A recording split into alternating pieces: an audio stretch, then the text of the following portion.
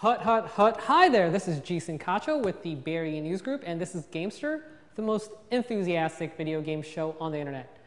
And as you can see, I'm wearing my football gear, and that's because we're reviewing Madden NFL 12 today. It also marks the unofficial start of the crazy, insane review season. I'm going to be reviewing at least 30 games till December 31st. But we're here to talk about Madden, which is made for every single system and handheld known to man. Specifically today, we'll be talking about the high-definition console version for the PlayStation 3 and Xbox 360. It's developed by EA Tiburon and published by Electronic Arts. Let's get to the bad parts. This year's commentary is actually awful. I mean, it's worse than normal this year. Chris Collinsworth and Gus Johnson get really repetitive. And they also get some calls wrong. For example, I was playing as Antonio Gates and he caught a touchdown and they called him a quarterback. What is that? If I hear Sean Phillips being called a late bloomer, I'm seriously going to go outside and stomp on some flowers. The other gripe I have is the loading times. They're excruciatingly long this year, more so than normal. And to prove my point, I'm going to make a sandwich faster than it takes to get to the main menu of Madden. Let's do this. It's sandwich making time, yeah! So we got some bread here, we got some mayonnaise, we got some ham and cheese, and look, the game is still loading. And we'll put some mayonnaise right here. Look, it's still loading. And I usually like ham. Put a little cheese there. It's still loading. And you know what? Let's make it a double ham sandwich because I like ham so much.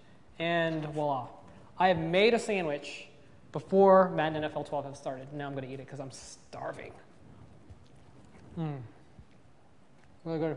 Has it started yet? While I have my complaints, the game does have some improvements, most notably in presentation.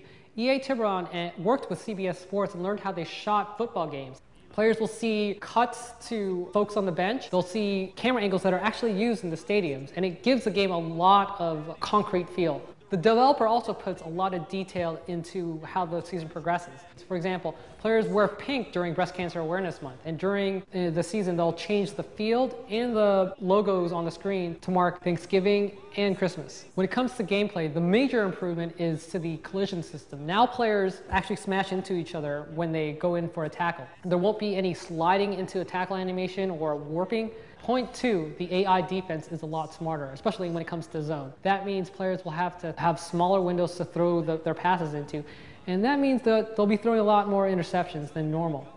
Lastly, the defensive controls have changed, and it's been improved. Now players have a dedicated tackle button. Their pass rushing is simplified, where you use the right analog stick instead of the shoulder buttons, and there's a defensive help button just in case you need it. But as I said before, do these changes justify a purchase right now? My answer is no. There are too many games coming out, and Madden NFL 12 will probably be cheaper in a week or two. As for my review score, I'd give it 2 out of 4 stars. There are some improvements, but nothing groundbreaking.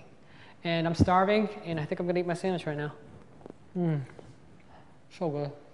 Next week, we'll be reviewing Resistance 3. I'm Jason Cacho with the Bay Area News Group, and a winner is you.